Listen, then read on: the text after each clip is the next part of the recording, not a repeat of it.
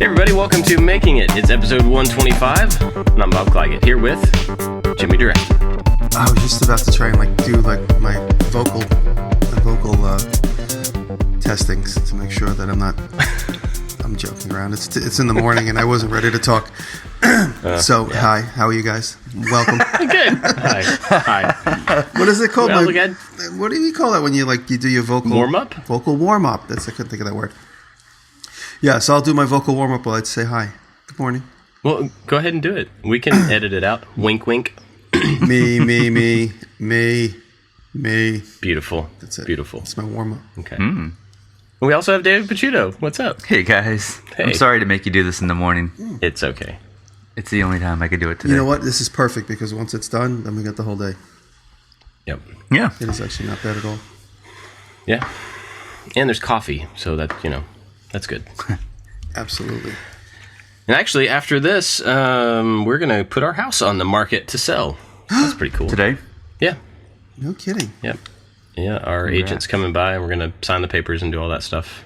And I've been, doing a bunch of stuff to it this weekend, getting, fixing things, and still a lot left to do, but trying to get it prepped, get it ready. The room that you're recording in looks cleaned out. Does it? No. No. I see one partially empty shelf. Oh yeah. That's a box that's probably on the floor. No, we haven't started really packing anything in here. I have a bunch of containers. I have a bunch of stuff to pack, but I haven't packed anything yet. But I'm down to where I've got basically 2 more projects, and one is almost finished, and then one more to build in the shop here, and that's it. So after that, everything's getting packed up, which is kind of weird to see that end, I got to make this one other thing, and then it's all got to go. So. Yeah, I think I'm done. No. I'm done in the city. I don't think there's absolutely nothing I could build in New York anymore. There's no tools there. And then come Wednesday, everything else will be out, more or less, any power tools, except for the tables and stuff. Wow. Yeah. Jimmy, you didn't seem very emotional because you said you were ready to move on. I'm wondering if it's going to be a little emotional on that last table saw cut. I don't know so much about in the shop. Because I'm so looking forward to the new place that we're going.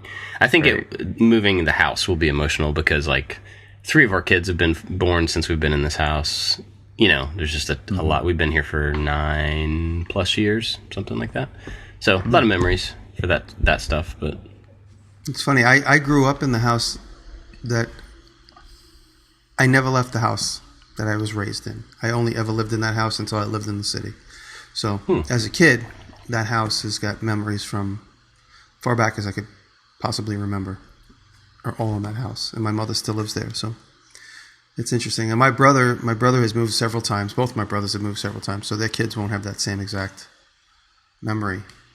Yeah. So just interesting to think. I didn't grow up doing that, moving, not even one time. So I don't know if that's a good thing or a bad thing, but.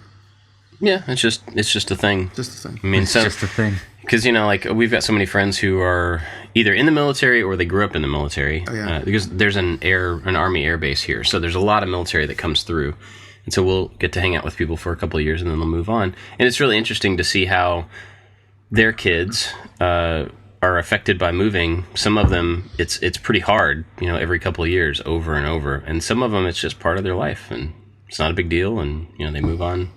They're okay with it. Yep. But yeah, my kids they're handling it well so far, but we haven't actually moved yet. So when we start to actually leave, that'll be the real test of how they deal with it. But the good thing is we're not going to a place where we don't know anybody. We're going toward family. So I think that's good. Will probably help the transition. Yeah. Yeah. So anyway, what are you guys working on? Jimmy, you have nothing else to bring out of the city, I suppose. Yeah, no, last night we unloaded the most recent truckload, and I have to start on my Rockler video, which is also a little bit late. I'm going to build a set of shelves here in the house, so today I'm going to try and gather up some material and shop organize. Brett, who's been helping me, Brett is at the shop today while we're here, and he's going to be unboxing stuff. The goal every day is to empty boxes, so it's like, how many empty crates? So that's that's the measure of progress. How many empty crates can we produce at the end of each unpacking day? and unpacking and making things are now a combined effort every day. And it's still logistically, I'm like, I still have to go back to the city, and then this week I'm going to drive out to Oklahoma. So, it's everything's a little bit up in the air. But come July, I think everything will be settled. I'm looking forward to that. I finally saw Brett's video of your shop. I'm way behind in video, so I'm watching everything 3 weeks late. That was really cool. Oh, right on. He's going to start shooting another shop update today. It's funny. I did a sign, which I'm waiting for the final end before I finish the video, and I just kind of scrolled through it quickly before we started, and I'm like, oh wow, look at that big empty place. And now it's completely jammed with stuff. A sign video that I made in the new shop a couple weeks ago, and there was shelves on the wall, but there was nothing in the shelves, and now the shelves are cascading with tools and power cords and stuff. So it's funny. It's like visual busyness is taking over again.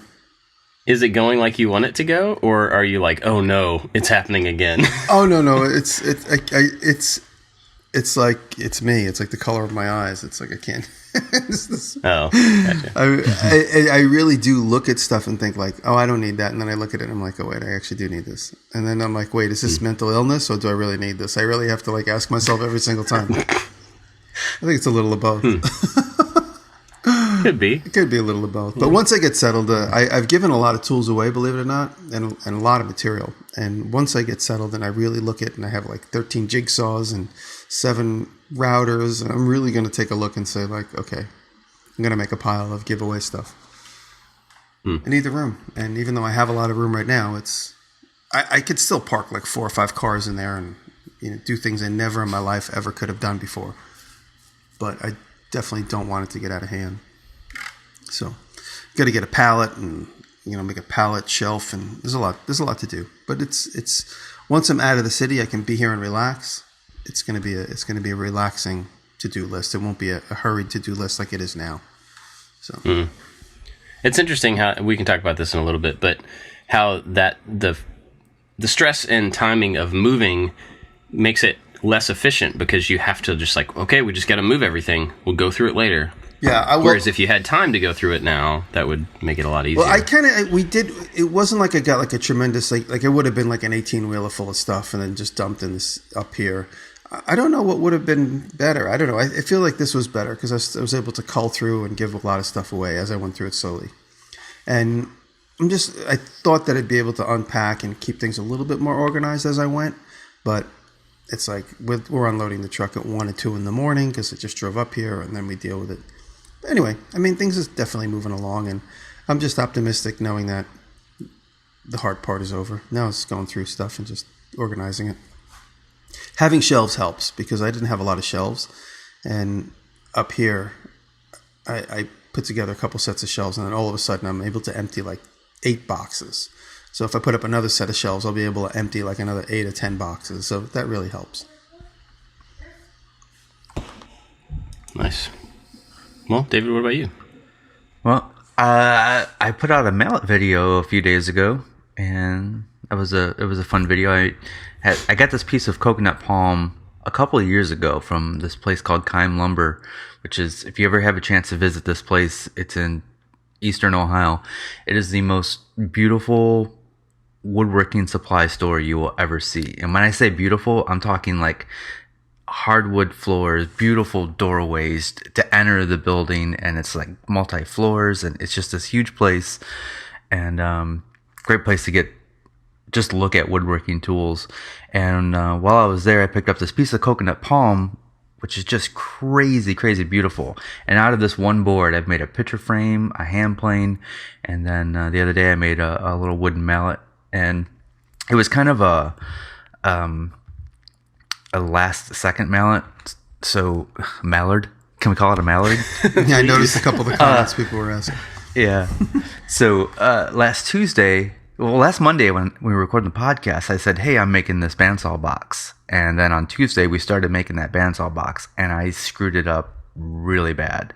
And normally I show my mistakes in the video, but this time I didn't want to because I was showing how to make this bandsaw box from my book step by step. And I messed it up, and I was like, I can't release this. And so we're like, what are we gonna do? The day's ruined. And I'm just going through my list. I'm like, I can make a mallet in 3 hours. Let's do it. And it was a last second project, and I think it came out pretty good. It's a really cool looking mallet. How hard is that wood? It's pretty dense. It's heavy and dense. Oh, cool. I didn't realize that. It looks, it's got like big open, like cells in it. They're filled, so it's solid. So there's no texture to it. Oh, okay. Is it just infused with different like a colors. resin? Is it one of those type of things? It's just all natural wood. Okay. It's just like it's dark, and then it has these little light streaks of wood in there. Yeah. Oh, cool. I thought it was porous. Yeah, we've been looking at a bunch of wooden flooring because we're going to put in hardwood floors in the new house. And it's been interesting. Like, I thought I knew a lot about, well, not a lot. I thought I was decently aware of different types of wood. But then once I've started looking at different brand of flooring, you know, each brand has like certain species that they carry. And then within those species, they have different colors, whether they'll stain them and stuff. But it's funny because there's a bunch of different woods that I thought I knew what they looked like teak, for instance. I think of a single teak, and because my experience with teak has looked like a certain type of wood, but there's a bunch of different types. There's like Brazilian teak, and there's like one from China, and there's different ones, and they all have a very different look to them. Anyway, through looking through these different websites and different types of flooring, I'm just surprised at how many different looks of wood, like that coconut palm, you know, where there's like something that's really unique that I've just never seen before. Like, why have I never seen acacia like that? Like, the acacia is beautiful, and I've never seen it before. I've heard the name, but I've never actually seen it used in anything. But man, it's gorgeous. Is that what you went with? No, we still haven't actually decided. There's a bunch of variables to it. It's probably not worth the conversation here. But yeah, I mean, the acacia stuff is really, really pretty, but it's also very figured. There's a lot going on in it. It can be kind of high contrast. And depending on, you know, what room you're putting in, how big the space is, we're trying to decide, like, do we want it to be do we want the floor to be like the center point, or do we want it to be the thing that you don't really notice because it's just pretty and it's there and whatever. So anyway, yeah, we're doing that. But yeah, so this week we have been doing a lot of stuff for the house, spending every night looking for floors, trying to figure out like our kitchen. There's a bunch of renovation stuff we're going to do, and so it's just, we're at the point now where we're not actually in the house, so we can't start pointing at things and be like, yeah, let's move this to here. We're all, like, working in SketchUp and from memory, and, you know, we're trying to decide, like, you know, which floor would look best in which room, and you know, just all that stuff. It's kind of weird. And then we're at a place where we want to pack everything, but we can't really pack everything because we're still not going to really move anything for a couple more weeks. So you can't just put everything in your life in boxes until it needs to go out the door. So yeah, it's been interesting. But I'm making a big piece of furniture right now that is almost half the length of my shop. And so it is very difficult. And I mean, you know how this is, both of you, but it's very difficult to work on something that big in a small space. It's on top of my table saw and my assembly table, and it hangs over both of them about 1.5 feet. It's such a pain. And it's heavy, so, you know, that was my moving life. it around or do anything to it. Yeah. That was my life for a long time. Yeah. And now, so, but I'm getting through it. I mean, you know, I'm working on it. Yeah. What were you saying? I said that was my life for a long time, and now I have room to have like 7. I know it's going to happen. I'm going to have like 7 or 8 projects just sitting like in islands around the room. That's what I'm nervous about. But no, that's not bad though. I mean, you could, because then you can bounce from thing to thing. You know, do a little bit here, a little bit there. There can never be enough room. I'm so looking forward to getting into this place and working. I mean, I've done a few projects already, and it's just been so convenient to just have like a huge area to just like set up horses and be like, okay, this will be my workstation for this project. And then once it's done, you go away and then you have the clean floor again. It's been really, really amazing. I'm kind of going back and forth on the new shop about like how much I want to dedicate. I think we may have already talked about this. It's early, so I'm sorry if we have, but how much I want to dedicate to like fixed shop space and how much I just want to leave just not, you know, like space and just have space. Yeah. Like to test things if you want to make something or set a chair up, or even what's really nice about having a lot of space like we're going to ultimately have is photographs and also shooting a scenario. Could even make it could even make a phony wall. I mean, a funny thing what Brett and I talked about doing is now that I have all these beautiful empty walls, just shooting like 20 minutes of the brick wall, like 10 minutes of the brick wall that I have in my basement, and then just doing a big green screen and up here. So I could do a green screen shot of like a piece of furniture and then just place it in my workshop basement. We'll just shoot different scenarios of lighting and see if any of them work. So that was an idea. That's one of the last things we're going to do before we leave the shop the next month or this month. If you do that, make sure you record, like where the light's coming from, the height of it, the height of like, where the camera is. That's what I'm saying. We're going to do a lot of different moods and stuff for sure. Huh. It's a thought. Idea. We'll see. When I had there was years and years and years ago before I did anything on YouTube, I had a really big shop and I did have a green screen backdrop. I was just experimenting at the time. I didn't really have an outlet for my video experimentation. In this move, I found 2 old computers and I know they have early video projects on them. So I'm going to try and see if I can extract them. But I had a green screen and it was fun to play with a green screen. And Final Cut Pro makes it real easy to experiment with green screen stuff. Right. So just doing like that. Yeah. I did think about doing something similar to that. I hadn't really gone as far as the green screen, but in the new shop, like one of the rooms that I want to try to build is more of a studio type room, where I can set up, have like a clean room that is decorated, so it has like a prettier, less distracting backdrop. Maybe pretty is the wrong word, but you know what I mean. Mm-hmm. So I may still try to do that. But the big thing for me is like I'm just trying to convince myself how important it will be in 6 months or a year to not fill up every inch of every inch. I just like, because the tendency would be like, oh great, I've got room, I should get a this, I should get a that, and I should put stuff on every wall, and then I know that I'll be like, I have too much stuff, I don't have room to make this tank that I want to build or whatever, so I'm just trying to like warn myself to not overdo it in the beginning. But I don't know. But then when I look at how much stuff I have here and how much I have to move, I may not even have the choice. I may end up filling it up before I even get a chance to. The funny thing is you spend so many years slowly adding pieces to this puzzle that is your workshop. And then we have to pull it all out. It's like just dumping it all in one room and you're like, wow, how did this all fit together? And it'll never fit back together the same way.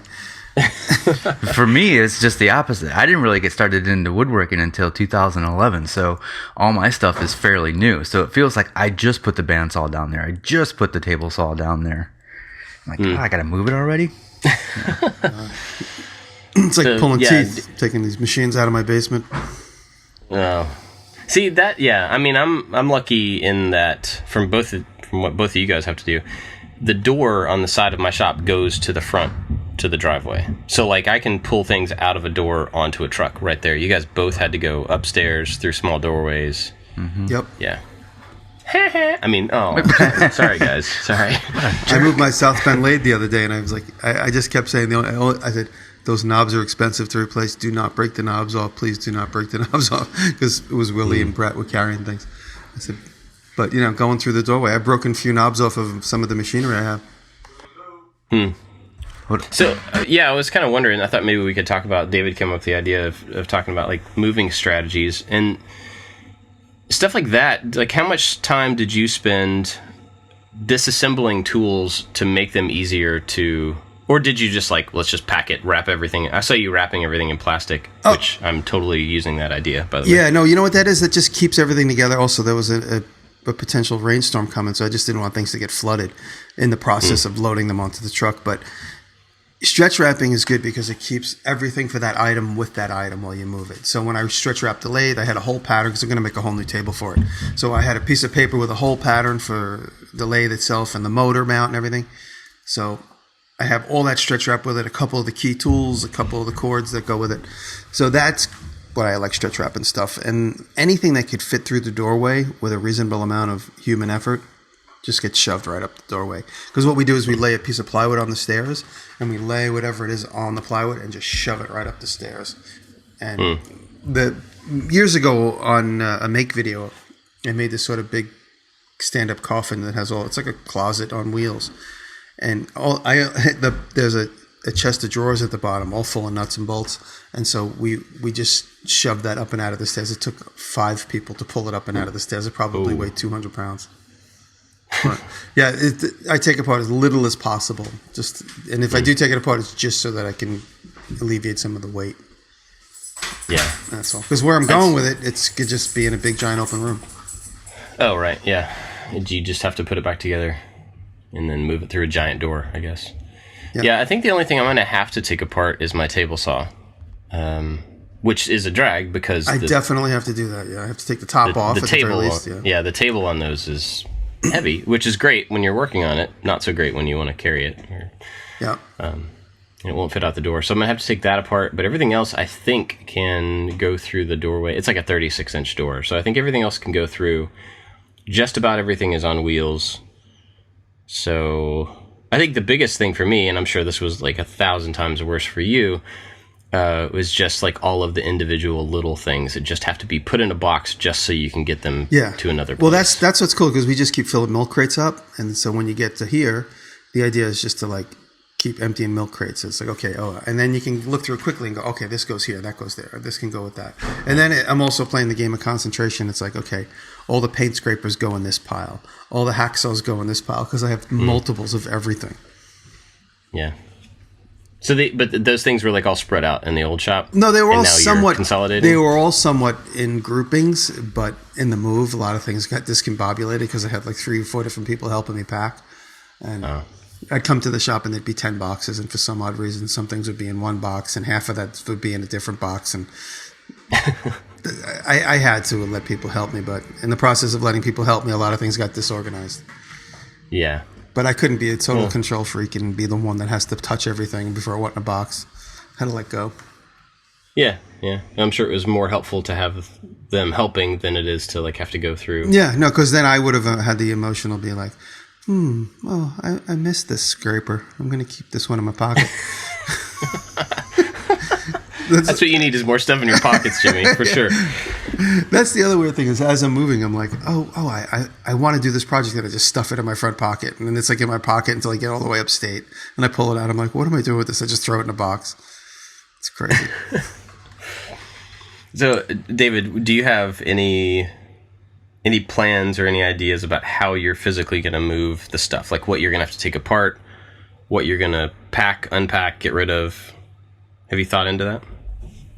Yeah, I thought about it a little bit. I always feel like I don't want other people touching my stuff. And then it always feels like a lot of my things are like a 57 Chevy where it's like you have to like pump the gas like 4 times and do this and this and this to make it start. And so I don't want anybody touching my stuff. So anything that I can box up and fit into my small SUV is going to go in there. Anything beyond that, I'm having movers come down and moving. Anything that takes 2 people to move, I'm paying somebody else to do. And it's just getting the saw stop has to come apart because it won't go up the stairs altogether. And so the 2 wings, they come off pretty easily, and the rails come off. And but that thing is a beast. It's super heavy, and that needs to be somebody else's problem. The bandsaw, are the movers just moving the table saw and the bandsaw? Everything else I might be able to get myself. Oh, I guess my outfeed table and my workbench. I'm going to let them move as well. But everything else I'll get. So are either of those tools on mobile bases now? No. Well, the table saw does have a built-in mobile base. I don't use it very much. In the new shop, even though it's going to be bigger, I think I'm still going to have everything on a mobile base just until I at least figure out like the right placement of everything until I know where everything's going to live. Because I don't think I'm going to nail it the first time. And maybe I'll never nail it, and maybe everything will always be on a mobile base. It's not a bad thing. I mean, they're relatively inexpensive at this point. Like, the ones that I have anyway are like, I think 60 or 70 bucks. And I've got the same one under my bandsaw and table saw. Because the way that my shop's laid out, they have to be able to move like about a foot in one direction, in certain situations. And so because they're both already on that makes them easy for me, like, again, because I don't have steps, it makes it easier for me to get them out of the shop up onto the truck. So I don't, like for the saw stop, I'll have to take the wings off to put them on top of the table so they'll fit out the door. But theoretically, I could pack it all up on itself on the base and then just roll it onto the truck.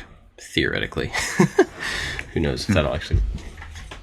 If I remember right, my my outfeed table, like if you take the top off, it's not very the top stabilizes the whole thing. So I'm worried about, like, if I take the top off to make it lighter and more mobile, are they going to break it? You know, maybe that's something I move it. So little things like that, I'm struggling. What about little stuff? Like, are you just going to pack all the little tools yourself and just kind of like, are you going to go through it? Are you planning to like sift through and? Yep.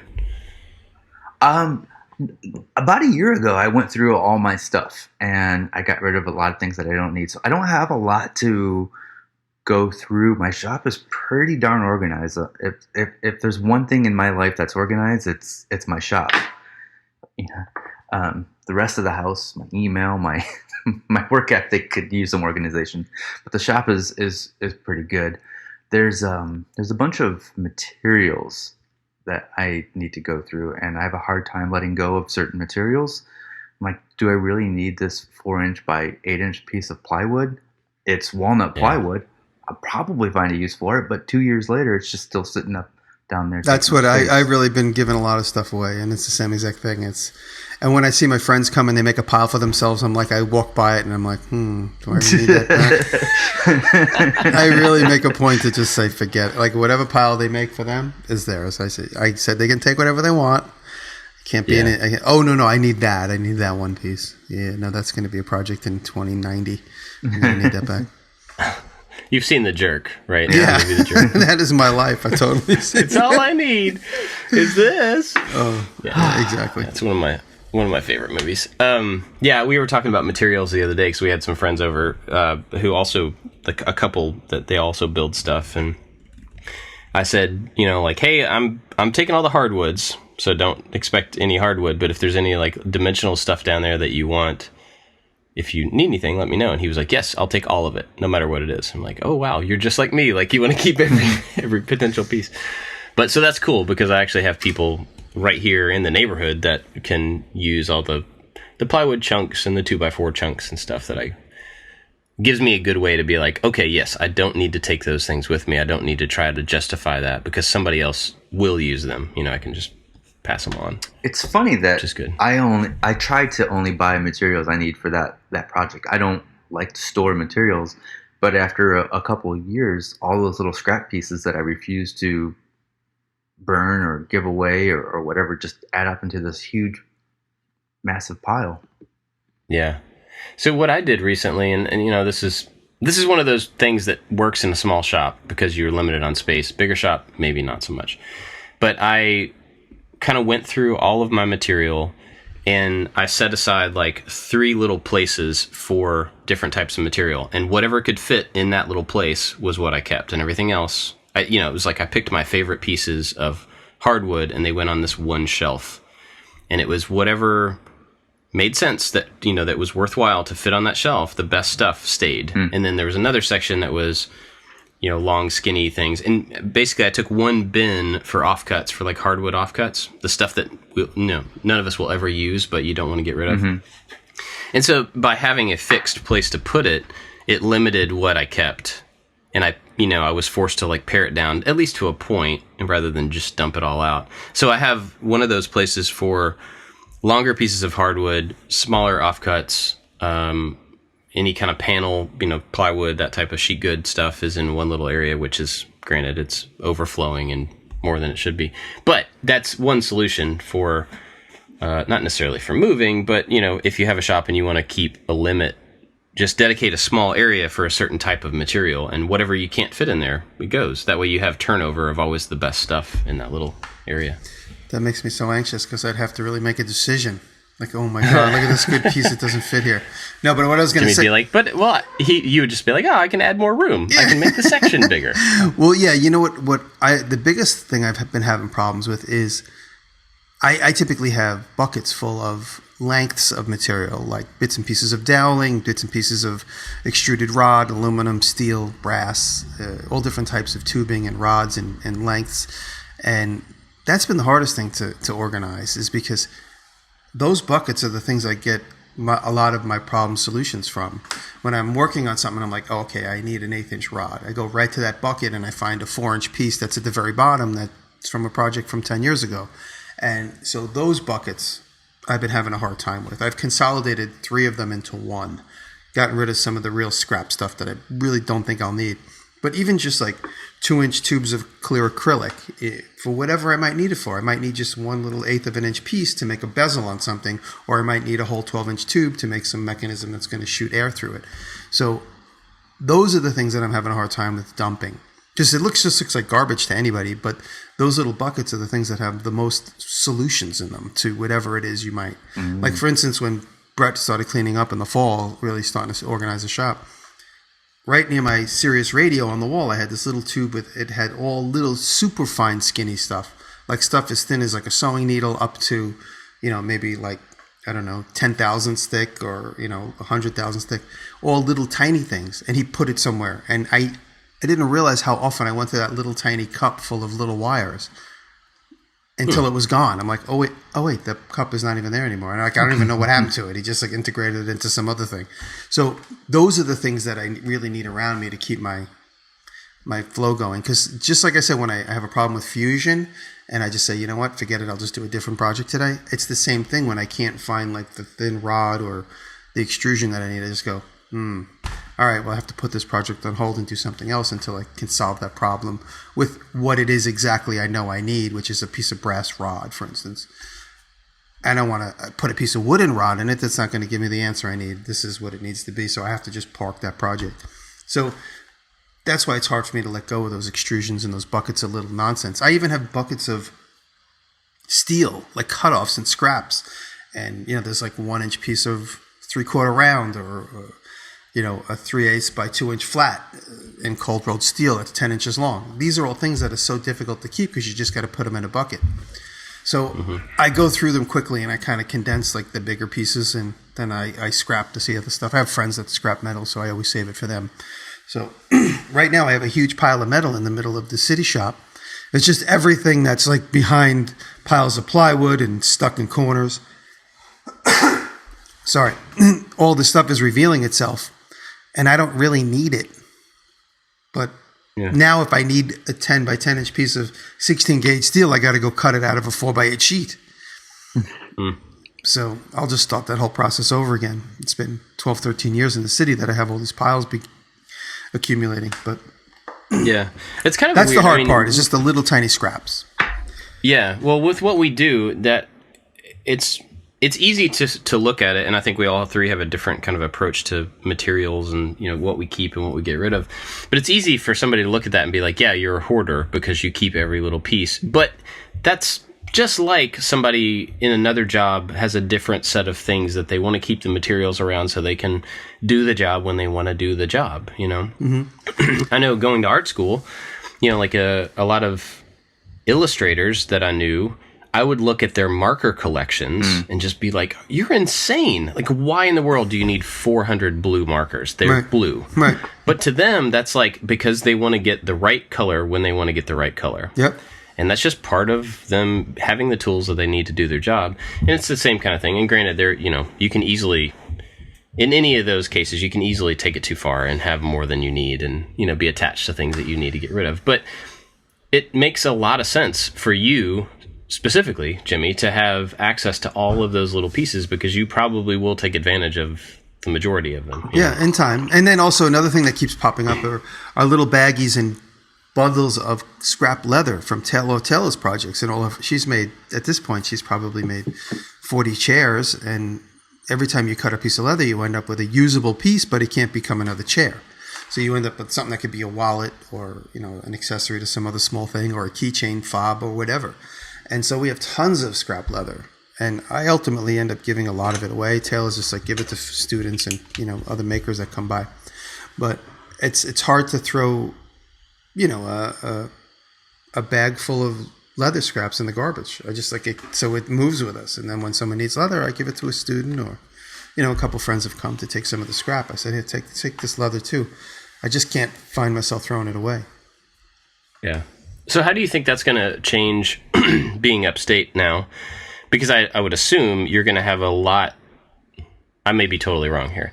I feel like you're going to have a lot less interaction with other people than you do in the city. Because in the city, you're constantly surrounded by people, no matter where you are, no matter what you're doing. And you're going to be upstate where you're kind of secluded. Think about how much time I'm going to save. I'm never going to have to take a shower again. I'm never going to have to change my clothes again. I'm just going to wear pajamas all the time. Did you ever go to the rural areas of the United States? People just wear their pajamas all the time to like the Quick Mart. So I'm going to save so much time not having to meet people. Leather pajama pants. There you go. There's a project video. Do you worry about not being able to just go around the corner and pick up materials when you need it on the fly? Well, the good thing is up here, one stress level in the city was I would order materials and they would come to my house and they would disappear from my front door. Up here, I come up to the house and there's because I've been moving more of my mailing address to this place. So when I order Amazon, I don't have to worry about it getting stolen. I'll order a specific part on Amazon or online metals, and the guy will leave it in front of my door, and 1 out of every 10 times it just disappears forever. I have no idea where it went. So that problem is alleviated by knowing I can be up here and get stuff. And there's a lot of, in the city of Albany, there's a lot of resources. So I could drive 30 miles north and park my car at the steel place and go and get steel. In the city, I'd have to drive. It would take me just as much time to drive 8 miles as it does to take me to drive 30. But at the end of the 8 miles, I risk getting my car towed, my window broken, and my tires slashed because I got to go to this part of Brooklyn, which isn't very safe.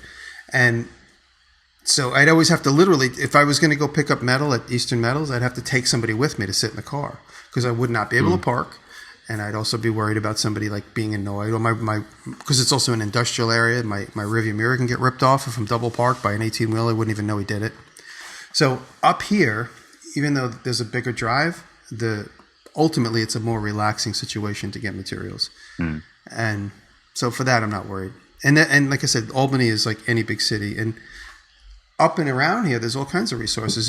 The good thing is Taylor's great at sourcing stuff. So I said, find me 1-inch thick foam rubber. All right, there's 3 places we can go: 70 miles that way, 20 miles that way, or 15 miles that way. And that's a good thing. Just kind of being out in the middle of everything.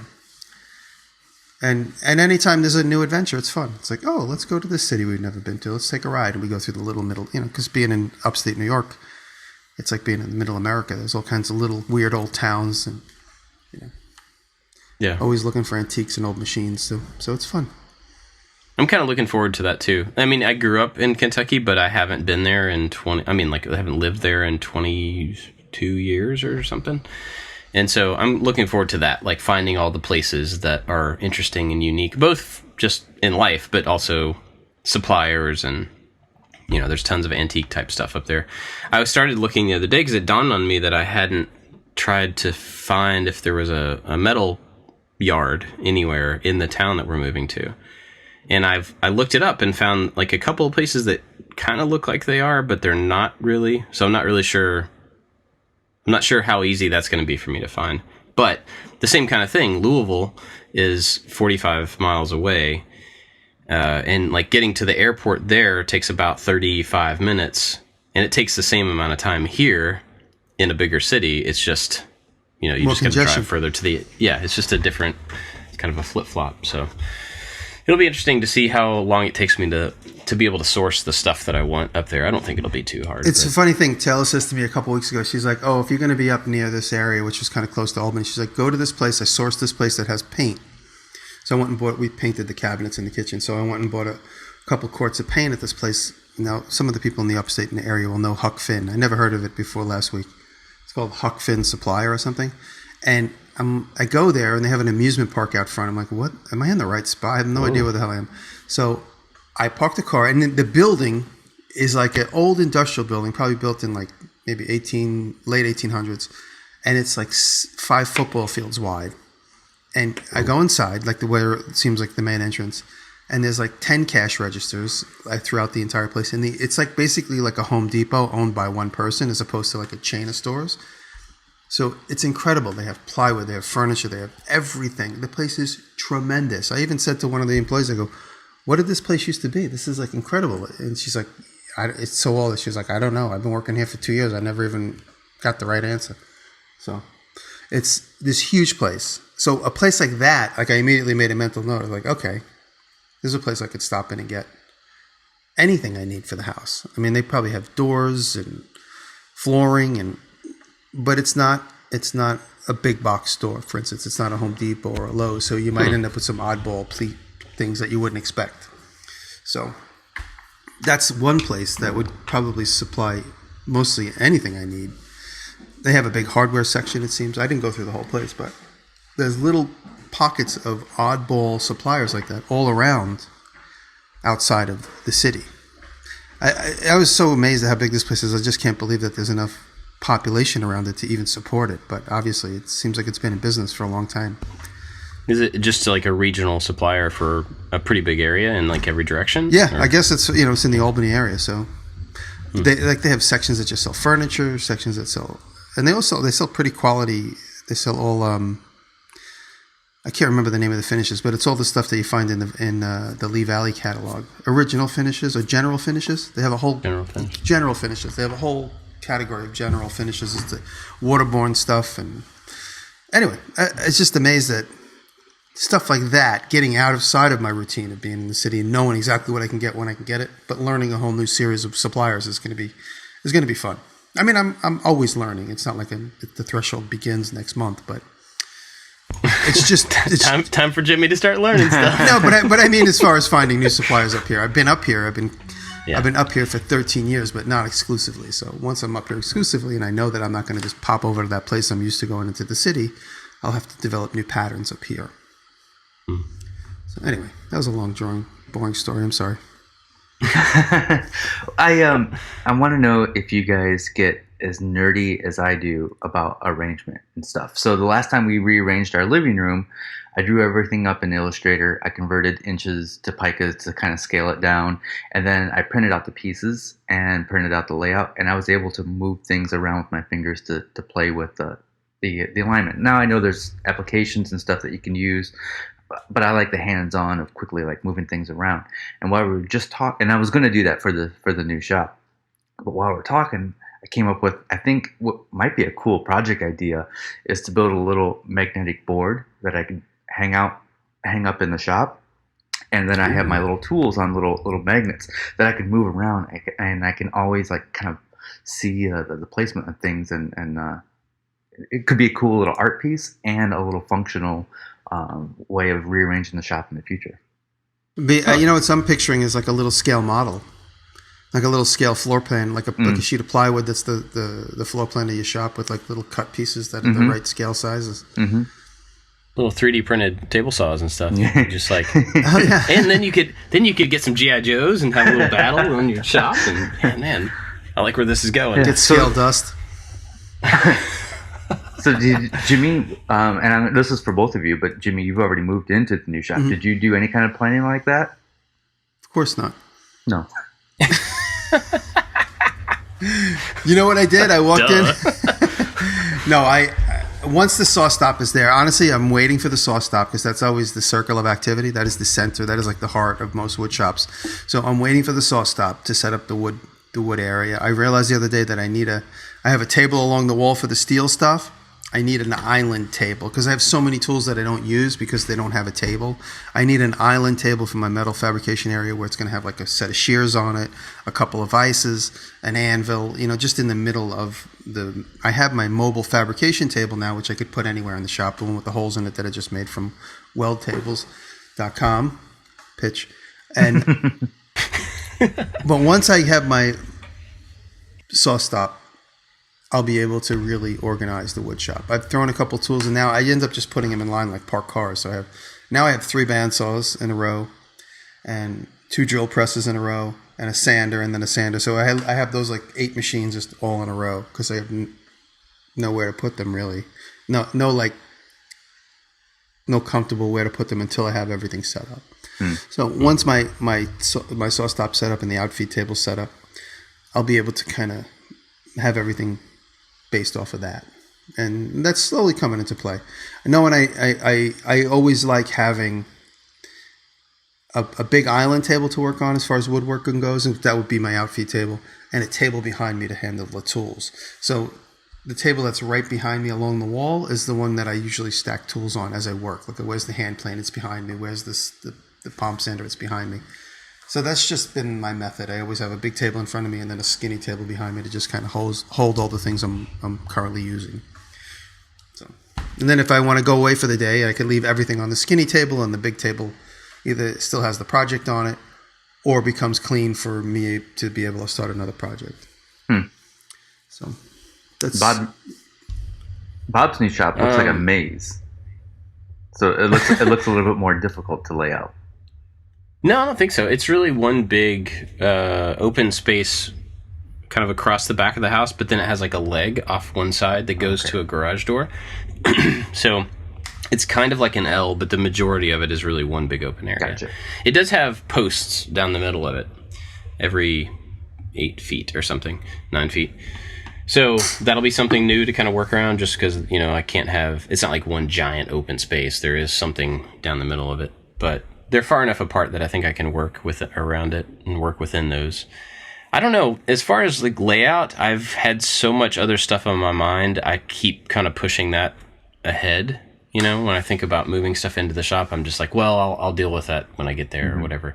But I did have an idea about possibly, I've had a couple ideas around this same type of thing, about possibly having some sort of a crowdsourcing approach to shop layout and like shop build out. Yeah. So I thought about like maybe doing some sort of a collaborative, like, okay, here's what I have to work with. Here's what I have to put in it. Here are the things that I have to have. What are your ideas? And I know that, I know right off the bat, that's going to be like 1,000 bad ideas, a couple of good ideas, but a whole bunch of ideas that I will have to sift through. And so it's not something I'm necessarily going to do. But I thought it would be interesting to kind of take the community knowledge, because so many people have built so many different types of shops, and people do it professionally, and people have different needs and have found different cool things. Sorry, I'm so sorry. I opened. Jimmy's bored. No, he's bored with our podcast. He's listening to other podcasts. I opened an app just to see something quick, and it started. I did not know. My new phone, iPhone 7s. I don't know how we use it yet. So. It's exactly like the other one. But anyway, I thought it would be interesting to kind of take advantage of the community knowledge there, and like to get some ideas because it's such a blank slate. I'm not worried about doing it wrong. It's not that, but I'm also like, I want to do it in the most efficient way that I can, and build it into something that I really enjoy and is really useful. So that's one thought. But as far as like actually laying it out, no, I haven't really thought too far about how am I even going to do that. I assumed I would do it in SketchUp and just kind of build some. I've already built the space in SketchUp. I assumed I would build some blocks for table saw sized and just kind of like move them around. But here's something I did in my basement. There's a couple of those metal support beams down there, and what I made a wall out of it by taking 2x4s and laying them up vertically against the post and using those. What do you call those little clamps with the screw and it tightens down the circle? Oh, yeah. Just like a hose clamp? Hose clamp, yeah. I hose clamped the 2x4s to the poles and then ran boards horizontally between them and made a tool board out of it. So you could make a wall out of those posts. Does that make sense? Interesting. Yeah, it does. Yeah, I'm not sure. There's a couple of different kind of mini rooms that I want to build in it, and I'm trying to figure out if I want to take advantage of the posts as corners, that type of thing, or if I want to build them smaller than the gaps between the posts. And yeah, I'm not sure. You say you're going to carpet your basement or your workshop? I'm going to carpet the ceiling and all the walls. The floor is going to be concrete, but I'm going to Oh, you guys want to hear something funny? Like in the back of the shop, It was like the back where it had like the Diresta stained glass sign, that whole back wall. I walked in there the other day with Howard and we were talking, and all of a sudden I'm like, you hear that echo? I never heard an echo in there before. There's like a perfect echo. And we were playing with the sound that I never ever heard ever in my life. Then an echo in the back of the room, which is now there because there's nothing in the room. Yeah. It's really amazing. It's like a perfect weird echo. Maybe I can try and record it for one of the vlogs. It's cool. I had no idea until like one of your recent videos that you had a door in the back of your shop that goes like up and out. Yeah. You know what? I don't know why. That just seemed really surprising to me that there was like a rear exit. I never open it because every time I open it, my upstairs neighbor's standing there in her pajamas with a frown on her face. So I always just keep it closed.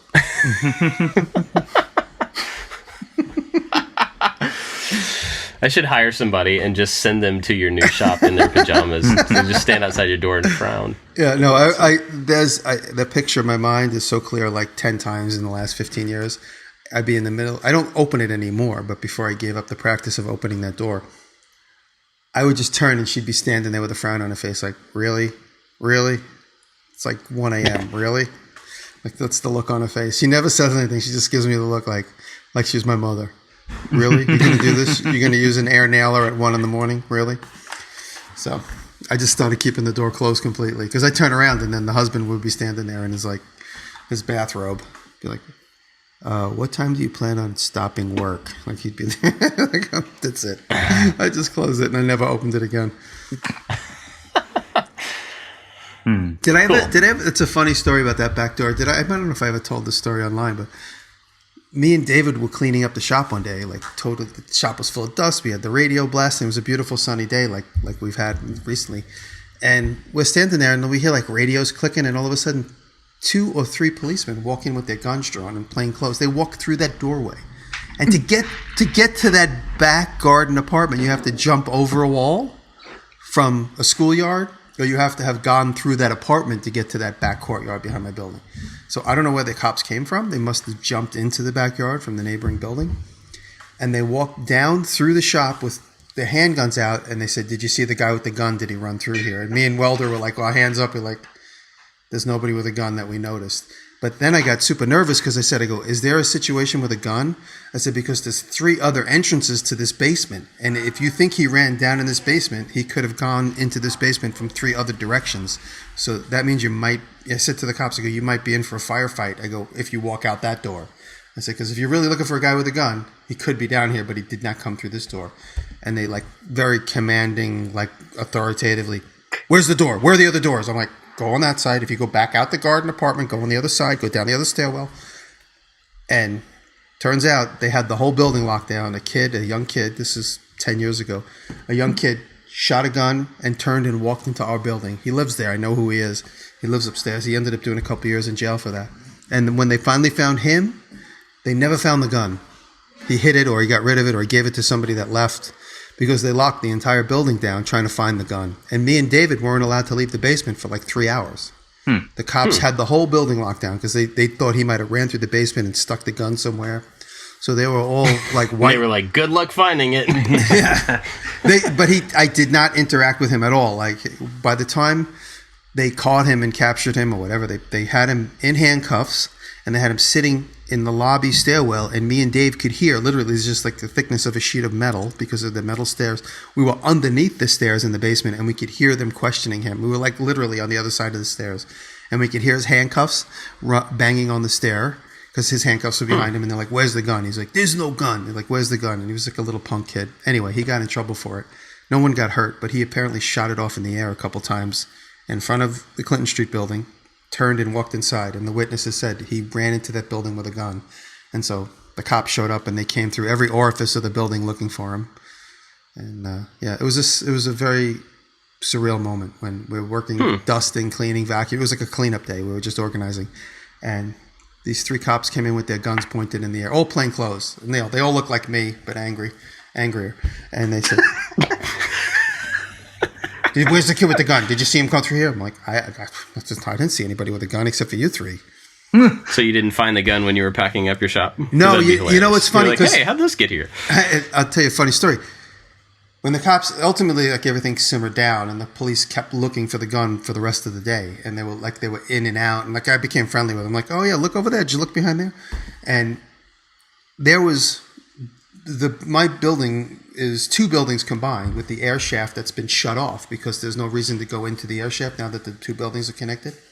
And so there is an entrance to the air shaft from my basement, and in between the 2 buildings there were these big garbage bins that had just been filled with rainwater forever. Like they were there from the previous tenant. Somebody put these big garbage bins, and so there was 3 garbage bins filled to the top with rainwater, gross, disgusting water. And I said to the cops, I go, if I was trying to hide a gun, I'd look out the air shaft from the stairwell upstairs and drop it into one of these 3 full buckets of what they were like metal garbage bins filled with water. And I said, but they fit directly between the buildings where you could just barely move them. They were like scraping the bricks on either side. I said, but good luck trying to turn them over because you can't. That's why they were fixed there. Somebody stuffed them in there and you couldn't move them, and they filled up with rainwater. So I said, I bet you the gun's at the bottom of one of those 3 full buckets of literally black rainwater because it's been just still water for 20 years. So ultimately, I don't even know if those buckets of rainwater are still there. I have to look when I go back to see if the gun is in there now that I'm talking about it. I'll go in there with a magnet and it'll be like gun. It'll be like an underwater search with like a big magnet. I'll send down a sonar thing. It's only 30 inches of. I'll send down a sonar to get the gun. GoPro. Oh, there you go. It's totally black. Like it'd be funny if you put on scuba diving gear and just stick your head in the dirty water.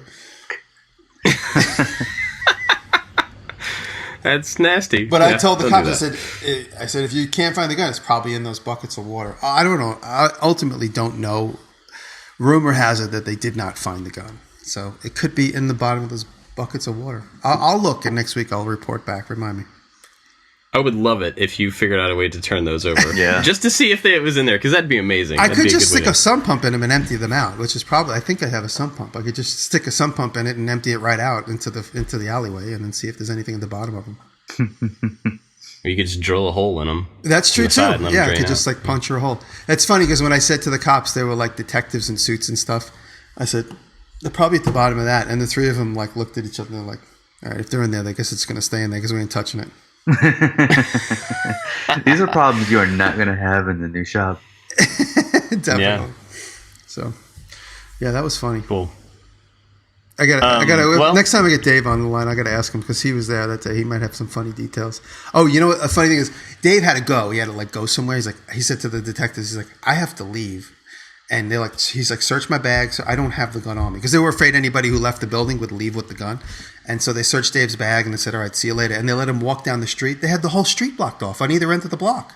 So he walked down the middle of the block and there were people at each end. And as he walked down the block, they cheered him. Like, okay, they let what... I swear to God, if Dave is listening, Dave's got to tell this part of the story. Oh, and he called me later because as I walked down the block, they cheered me as they let me out the end. Because they weren't letting anybody walk on the block. They wouldn't, because until they knew where the gun was, they weren't letting anybody in or out of the block or in or out of the building. So, crazy. You need to retell that story on the blog and get David on there. Yeah. That's definitely a good idea. Funny. Nice. Yeah, memories. Oh, I'm going to miss that place. Cool. Well, what have we been watching? So my pick this week is Peter McKinnon. He has a photography YouTube channel, and he's just it's another photography channel. Sorry, but I'm having trouble finding new picks. But he's really good. He's got a fun personality, and he really knows his stuff. And even in his videos where he's just talking, he's got a fun vibe to him. And it's a pretty big channel. So if you're into photography or videography, learning Photoshop or Lightroom, check out his channel. Nice. I found a channel recently. I'm just looking through my history, and it's a pretty interesting channel. It seems like it's a TV show that's probably on in Britain or something. It's called Japanology. You guys ever heard of this? Mm-mm. No. It's all about like Japanese culture and the approach to how they solve manufacturing problems and how they it's called Japanese and retail, uniforms. It's got all sorts of interesting. I'm looking at the channel right now as you talk. Just how they approach food, how they approach The thing that brought me to it is how they design and make scissors, and their approach to making scissors, and how they studied various different ways. And there's a pair of scissors on there. Oh, that's my friend's dog. Sorry. There's a pair of scissors on there with like a twisting thumb hole, and how they got to that. You gotta take a look at it. I'll send you the link right now. Hang on. So, nice. Japanology. That sounds cool. So I got kind of two. One, I wanted to put Brett's shop tour because I really liked it, and I don't think I'd seen any of Brett's videos. Oh, well, I guess the ones that he did for Taylor. But anyway, so yeah, go check that out. It's a cool way to see your shop, yes. But also I think he's got like a great style of putting together videos. Yeah, and he's learning, and he's learning the YouTube game, and he's definitely gung ho, and once the shop is up, he'll be definitely making some more stuff. So check out Brett. It's good. Thank you. So do that one, and then also this is one I know will be good, but I actually haven't watched yet, to be honest. It's a TED Talk by OK Go, and it's called How to Find a Wonderful Idea. Ooh. And if you don't know, if you've never seen OK Go videos, you need to just go watch them. Whether you like the music or not, that's not the point. I mean, the music is kind of a separate thing, honestly, in my mind. The way that they make videos for their music is just kind of mind-boggling. And David and I were at an event in January, and we got to hear. Were you in that talk? Mm-hmm. It was amazing. Yeah.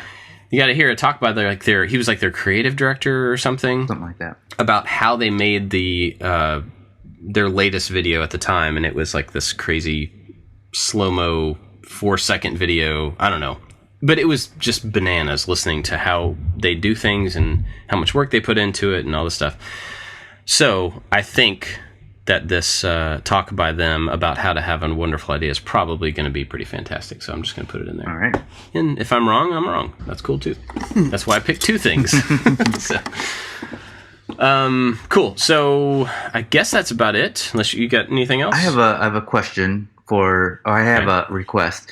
A couple weeks ago at the KenCraft meetup that I did, a listener from the Cleveland area who's an electrician was helping me with ideas of the shop. I lost your contact information. If you are that electrician from Cleveland that came to visit me, send me an email. I'd like to talk to you again. So, cool. Thank you. Lost connections. There you go. Yeah. Craigslist. Cool. Oh, you guys got anything else? That's it. We should thank our Patreon folks. We definitely should.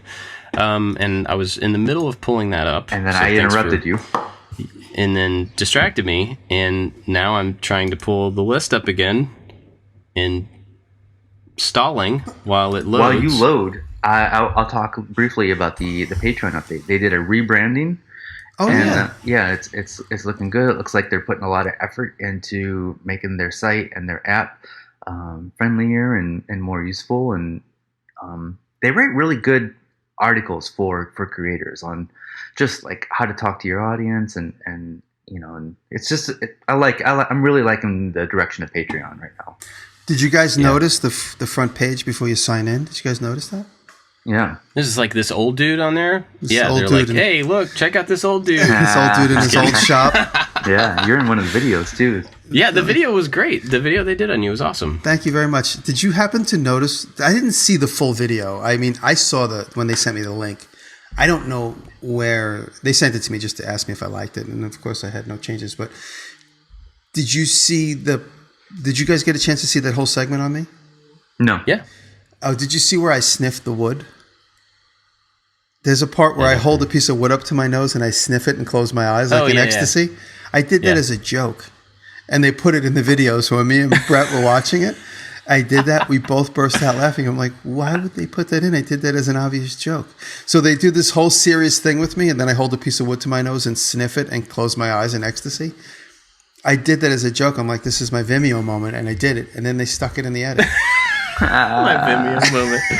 I love it. So if you guys watch that, I guess the people that know me would know that I'm being like a little bit of a snarky, sarcastic New Yorker when I like hold the wood to my nose and sniff it.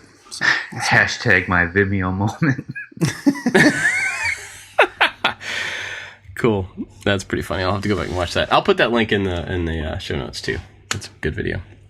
I want to thank our Patreon supporters. it's just really awesome that we have so much support there, and we get new patrons pretty often, and I'm just really grateful that they continue to come in and continue to stick around. That's really cool. Our top supporters are Wise Old Dal, Jedediah Schultz, Evan and Caitlin, and Make Build Modify. You guys are all awesome. But everybody that supports us is awesome, and we're very grateful for it. And if you want to support us there, you can go to patreon.com/makingit. We also have links on our website to get shirts. That's another way to support us. If you want a shirt or a sweatshirt, or I guess those are the two options. And you set something up for us. I did that. Thank you for bringing that up, because I completely forgot. So I was on a Patreon hangout for my Patreon, for my channel, and Evan and Caitlin were on there as well, and some other people, and people started talking about Reddit. Oh, yeah. And they were like, yeah, you should totally be putting podcast episodes on Reddit, let people talk about them there as a way to kind of chronicle people's thoughts and links and, extra information. And so this is kind of a funny story. So I've had a Reddit account for 4 years or something. I used it a little bit at the beginning and haven't used it since then. So I logged back on while we're in this hangout, and I'm like, okay, cool. I'm going to make a subreddit for the podcast. I do it, and it's immediately banned. What? Like, I hit the button, and it came up and said, banned. Why? And I was like, well, this is awesome. I see Reddit is fantastic. So it turned out, and they pointed me in the right direction, and I talked to support. It turned out that my account had been shadow banned. There's this thing on that they don't tell you about, where they can ban your account. It still works. You can still post, but nobody else in the world sees it. Which is super cool, right? I mean, that makes you want to go to the website. So, I ended up emailing the support people about it. And typically that happens if you've done something really bad. Apparently my account got kind of swept into an automated spam thing where they grabbed a bunch of accounts they thought were fake or old or something, and they just banned them. Anyway, so the people at Reddit, the support guy, whoever he was super cool and was like, oh yeah, I'll reinstate it now. And then he reinstated the podcast subreddit and put it right back to it. So that gave me some faith in, it was just a mistake, not a big deal. But all of that to say, subreddit, reddit.com/r/makingitpodcast. We have a subreddit, and we're going to post new episodes there as topics. You can talk about them underneath there. I can't speak for the other two dudes, but I will at least try to be there and I answered some questions last night, so once I get through the confusion, I'll go there and I'll definitely talk. Yeah. So do that. And then, kind of related, I also set one up. Actually, I got a big shout out to Wes at Geeksmithing. He squatted /r/I like to make stuff for me several years ago and didn't tell me. Thank you, Wes. Yeah. He's always thinking ahead. He's smart like that. He's good like that. Yeah. Yeah, that was really cool, because I saw that somebody had it and I was like, oh man, somebody already got it. But there's nothing there. Turned out it was Wes, and he got it so that nobody else would take it, which is really cool. So I'm going to be putting my projects there and answering questions about the move there. Stuff. Trying to take advantage of the community side of Reddit for both my stuff and for the podcast. I'll try and get involved. If you're interested, yeah, I did an AMA there a couple weeks ago. I'm slowly figuring it out. Nice. Thanks for bringing that up. One other thing. Just thought. I recently did a sign this week. I made this thing. I did this graphic stock spot, and I cut out this kind of propaganda guy using an anvil. I liked it. I made it into a sign, and I've been sharing that graphic with a lot of people. I've sent it out. So if I sent it to people and they want to send it to other people, or if you want it, email me and I will email it to you. And people are laser cutting it. It's like I said, it's just a cool graphic of a guy using an anvil. I thought it would be like a cool representation of the maker crew that we're all involved in. So if anybody wants it, email me. I'll send you that graphic. Cool. Right on. You could probably even post it on the subreddit.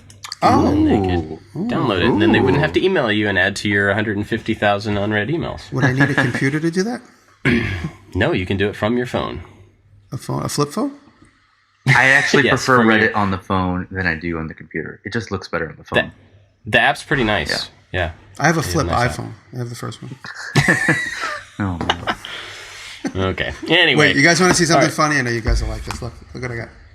Oh, my goodness. Look at all those phones. He's just got a pile of phones, all working. It's so funny. You just go, oh, my goodness. I have three iPhone 6s. Actually, one's a 7. Let me see. Let me see which one's working. No, Anybody who this wants one a free is- iPhone, just email Jimmy at. I went to bring this phone in from the Jimmy other. Diresta. This phone just started acting really kooky on me, and I said, before I lose everything, let me just go get it fixed. And I brought it in, and they're like, "Oh, you could trade it in." And they're like, "Oh, wait, the camera's broken. Oh, wait, the front's broken. Oh, wait, the body's bent." They're like, "No money." So they said, "You just either could just get a." They said they'll give me a new one for this, or I could just buy a new one with more space, and that's what I did.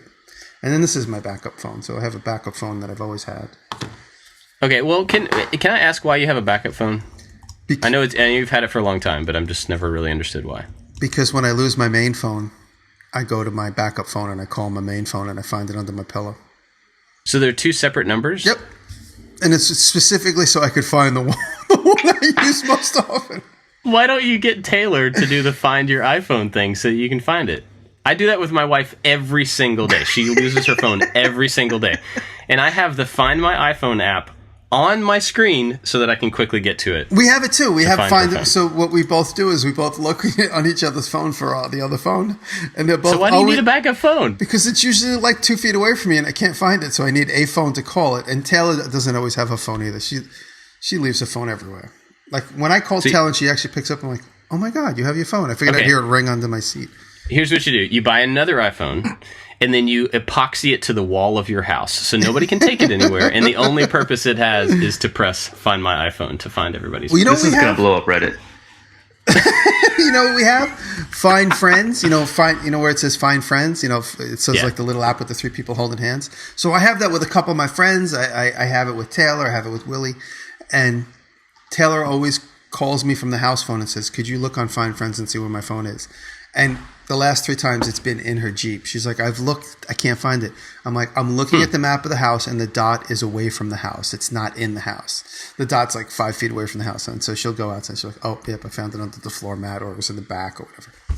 But so we use that Find Friends thing all the time. The other day I was driving home and she called me from the house and she's like, I was already halfway home. She goes, "Can you please make sure that my phone is not in your car?" So we waited for the thing to load. I said to Willie, I'm like, "We're about to drive 70 miles backwards." And as the thing squirreled and slowly loaded, the dot showed up in the driveway. I was like, the phone is at the house in the driveway somewhere. I was afraid the dot was going to show up on my car where I was parked at the rest stop. Then I would have had to turn around and bring back a phone. But Yeah. this is my old phone number. So every once in a while I go in here and I open it up and I see friends from my hometown are calling me on this phone number, or they're leaving me messages. I have calls forwarded to this number now. So old friends text me on this phone, and if they just actually call me on this old number, it forwards to this number. So I get old school text messages on this. This phone number, believe it or not, this old phone number was my car phone when I had Sprint car phone. Wow. In the early 90s. So this is and then like when I first had this number, they changed the law where you get to keep your number. Remember, like there was always like a big thing in the early 90s. You get to keep your number. So that is my old car phone number. That was the very first cell phone number I was ever issued. And then this is the second cell phone I was ever issued. When I got an iPhone, I was too afraid. I didn't think I liked the iPhone. So I got an iPhone with a new phone number whenever that was 10 years ago. And so this is my second number.